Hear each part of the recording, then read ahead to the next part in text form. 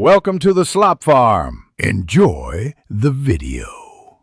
You start by confirming the exact CP address and your credentials so you don't waste steps. Enter the URL or IP and port in your browser bar. This directs you to the login endpoint.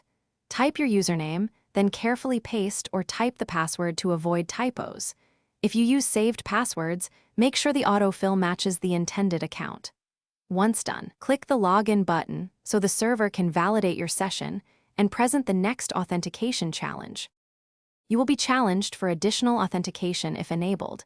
This reduces unauthorized access. Open your Authenticator app or retrieve a backup code and enter the numeric token within the time window. If you see a TLS or certificate warning, confirm it matches your provider and proceed only when secure. This protects credentials in transit. Make sure cookies and scripts are allowed, because blocking them can prevent session creation. Once authentication succeeds, the control panel dashboard will load. After you access the CP, immediately complete the task and secure the session by using HTTPS and logging out when finished.